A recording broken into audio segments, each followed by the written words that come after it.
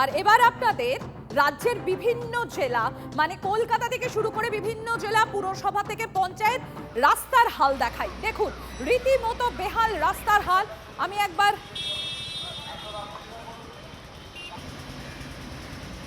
আর আপনারা দেখতে পাচ্ছেন, দেখুন 5 উইন্ডোতে আপনাদের দেখাচ্ছি ইএম বাইপাস, পশ্চিম মেদিনীপুর, কাটোয়া।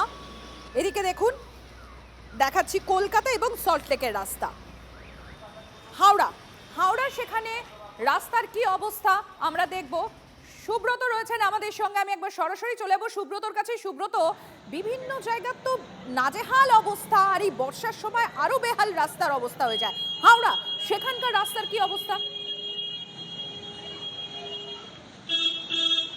দেখো, আমি তোমাকে প্রথমে সেই ছবিটা দেখাবার একবার চেষ্টা করছি, আমার ক্যামেরা পার্সনকে বলছি সেই ছবিটা দেখাতে।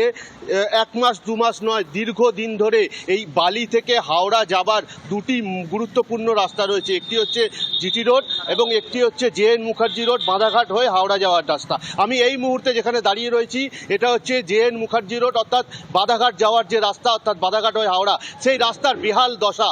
সকালবেলা এখানে গুরুত্বপূর্ণ স্কুল রয়েছে, হাসপাতাল রয়েছে, সেখানে মানুষদের যেতে যেমন বেগ পেতে হয় এবং খানা খন্দে ভরা রাস্তা, বর্ষার জল জমে রয়েছে। তুমি দেখতেই পাচ্ছ গাড়ির গতি কিন্তু একেবারে টলমলো, একেবারে স্লথ গতিতে চলছে গাড়ি। এবং পাশাপাশি স্কুলের বাচ্চারা, ছোট ছোট পড়ুয়ারা, তাদের এখানে তাদের যে ভ্যান, অর্থাৎ সেই ভ্যান গাড়ি বাইকে করে তারা স্কুলে যায়। নিত্যদিন কিন্তু দুর্ঘটনার সম্মুখীন হতে হয়, স্কুলে দেরি হয়ে যায়, রাস্তাঘাটের একেবারে বেহাল দশা তুমি দেখতে পাচ্ছ।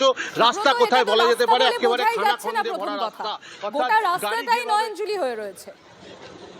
হাওড়ার রাস্তার অবস্থা আমরা দেখলাম। এবার আমরা একটু ঝাড়গ্রামের দিকে নজর রাখি। ঝাড়গ্রাম থেকে আমার সহকর্মী তন্ময় রয়েছেন আমাদের সঙ্গে। তন্ময়, ঝাড়গ্রাম সেখানকার রাস্তার কি অবস্থা?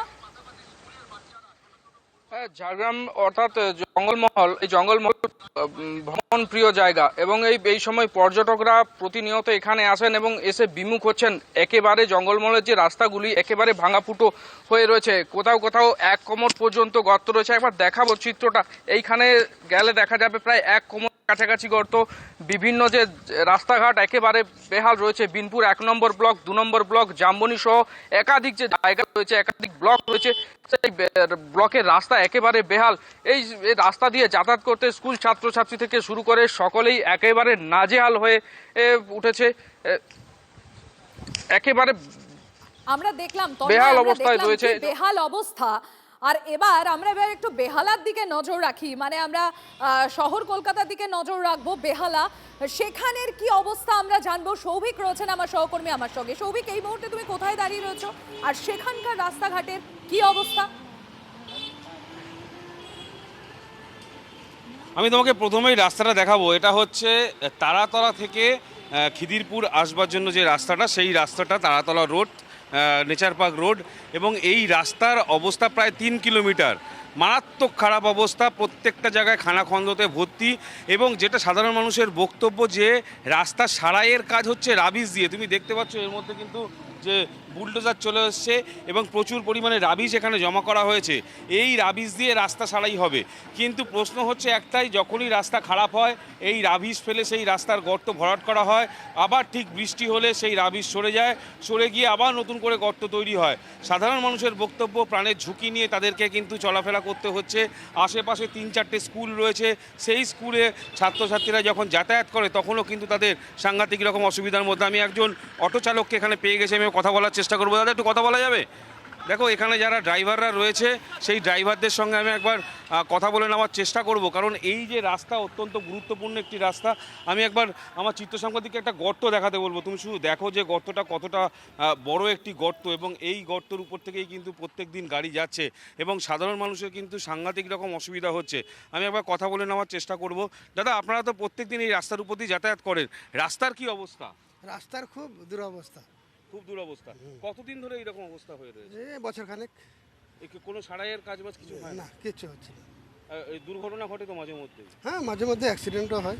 অর্থাৎ তুমি বুঝতে পারছো মাঝে মধ্যেই কিন্তু দুর্ঘটনা ঘটে। তুমি এখন রাস্তাটা দেখো, যে দেখাচ্ছে আমার চিত্র সাংবাদিক রজত, কি অবস্থা, এবং সেখান থেকেই কিন্তু গাড়ি চলাচল করছে। এই রাস্তার উপর দিয়ে গাড়ি চলাচল করতে কিন্তু সাধারণ মানুষের অনেকটাই অসুবিধা হয়। তুমি দেখতে পাচ্ছ রাবিশ ফেলে সেই রাস্তার যে গর্ত ভরাট করা হচ্ছে। কিছুক্ষণ আগে এটাই বলছিলাম যে ভরাট করা হচ্ছে, কোনো রকম রোলার করা হচ্ছে না, পিচ করা হচ্ছে না। যখন বৃষ্টি হচ্ছে, বৃষ্টি হওয়ার সঙ্গে সঙ্গে কিন্তু সেই একেবারে, রাবিশ। এবং আমরা দেখেছি এই রাস্তা সারায় স্থায়িত্ব বেশি দিন থাকে না, বড়জোর 1.5 মাস থেকে 2 মাস, এবং তারপর আবারও কঙ্কাল সাত দশাটাই সামনে চলে আসে। সৌভিক, সঙ্গে থাকো, আমরা আরো একবার হাওড়ার দিকে নজর রাখবো। সুব্রত আমার সহকর্মী রয়েছেন আমার সঙ্গে। সুব্রত, তুমি যেখানে দাঁড়িয়ে রয়েছো ওটা যে রাস্তা সেটা কিন্তু বোঝার উপায় নেই, কারণ ওটা পুরোপুরি নয়নজুলি লাগছে। ওখানকার স্থানীয় মানুষ, তাদের তো এটা রীতিমতো নরক যন্ত্রণা, মানে বর্ষা আসলেই তারা আতঙ্কে থাকে। দেখো একেবারেই তোমাকে সেই ছবিটা আরেকবার আমি দেখাবো। রাস্তা কোথায়, এ তো একেবারে সেই ভেঙে যাওয়া নয়নজলির মতো অবস্থা। গাড়ি যেভাবে চলছে, পাশাপাশি ছোট ছোট বাচ্চারা সেখানে প্রতিনিয়ত স্কুলে যায়, দুর্ঘটনার সম্মুখীন হচ্ছে। আমি একটু কথা বলে নেবার চেষ্টা করব। দিদি, আপনারা তো এখান থেকে রোজ যাচ্ছেন, হ্যাঁ, এভরিডে কি চাইছেন? কি চাইছেন? ইমিডিয়েটলি রিপেয়ারিং চাইছে। এই ছোট ছোট বাচ্চারা স্কুল ইউনিফর্ম পরে আসছে, যে কোনো মুহূর্তে অ্যাক্সিডেন্ট হচ্ছে। তোমরা তো রোজ স্কুলে যাচ্ছ, কি দেখছো? এটা তো রাস্তা নেই আর। বলো কি চাইছে? কি চাইছো তোমরা? রাস্তাটা ঠিক হওয়াই দরকার। রাস্তাটা ঠিক না হলে কতটা অ্যাক্সিডেন্ট হচ্ছে, বাচ্চারা পড়ে যাচ্ছে, অনেকটা অসুবিধা হচ্ছে। তুমি একেবারে বুঝতে পারছো মানুষের মধ্যে ক্ষোভ রয়েছে প্রশাসনের বিরুদ্ধে। বিগত সরকার, সেই সময় থেকে এই রাস্তার এই দশা। বর্তমানে নতুন সরকার এসছে। আমি একটু কথা বলে নেবো আরেকবার। এই যে রাস্তা তো নেই, এটা ডেথ ট্র্যাপ হয়ে গেছে, এটা মৃত্যুকূপ। যখন তখন এই যে স্কুলের স্টুডেন্ট আমরা নিয়ে যাই, কি ভয়ে সে চিন্তার বাইরে। এই রাস্তা সারানোটা তো দীর্ঘদিন ধরে এরকম অবস্থা, কি চাইছে? 15 বছর ধরে হয়েছে। এবার এই বর্ষাকালটা যদি একটু রিপেয়ার ওয়ার্কটা করে দেয় অ্যাটলিস্ট, তাহলে বাচ্চারা বেহালা বিভিন্ন জায়গার ছবিটা আমরা দেখছি, রীতিমতো ক্ষুব্ধ সেখানকার সাধারণ মানুষজন। আমরা এবার উত্তরবঙ্গের দিকে একটু নজর রাখি। আমার সহকর্মী প্রসেনজিৎ রয়েছেন আমাদের সঙ্গে, সরাসরি চলে যাবো প্রসেনজিতের কাছে। প্রসেনজিৎ, এই উত্তরবঙ্গের রাস্তাঘাট নিয়ে এমনি মানুষ আশঙ্কে থাকে, কারণ পাহাড় সমতল একসঙ্গে, সেখানে সামান্য বৃষ্টিতেই ধসপ্রবণ এলাকা হয়ে রয়েছে। তুমি যেখানে দাঁড়িয়ে আছো সেটা কোন জায়গা, এবং সেখানকার রাস্তাঘাটের কি অবস্থা? দেখো, আমি যে রাস্তায় দাঁড়িয়ে আছি সেই রাস্তার নাম ভিআইপি রোড, কিন্তু নাম শুনে হাসলে হবে না, বাস্তবেই এটা ভিআইপি রোড। কিন্তু রাস্তার যা হাল, সেই হাল দেখে একে ভিআইপি রোড না বলে কেউ যদি অন্য কোনো নাম দেন নিঃসন্দেহে দিতে পারেন। দীর্ঘদিন ধরে রাস্তার এই অবস্থা, গোটা রাস্তা জুড়ে খানাখন্দে ভরা বর্ষায় জল জমে পুকুরের মতো পরিস্থিতি। এই রাস্তাতেই প্রচুর ভিআইপি গাড়িও চলাচল করে, সাধারণ মানুষ চলাচল করে। একজন স্কুটি নিয়ে আসছেন, এই যে কোনোভাবে আমি একটু কথা বলবো, দাদা দাঁড়িয়ে যাবেন। এই যে রাস্তার নাম তো ভিআইপি রোড, কিন্তু ভিআইপিরাই কি যাতায়াত করছেন এভাবে? এইভাবেই করতে হচ্ছে। খুব বাজে অভিজ্ঞতা, অনেক সময় অনেক দুর্ঘটনা ঘটছে।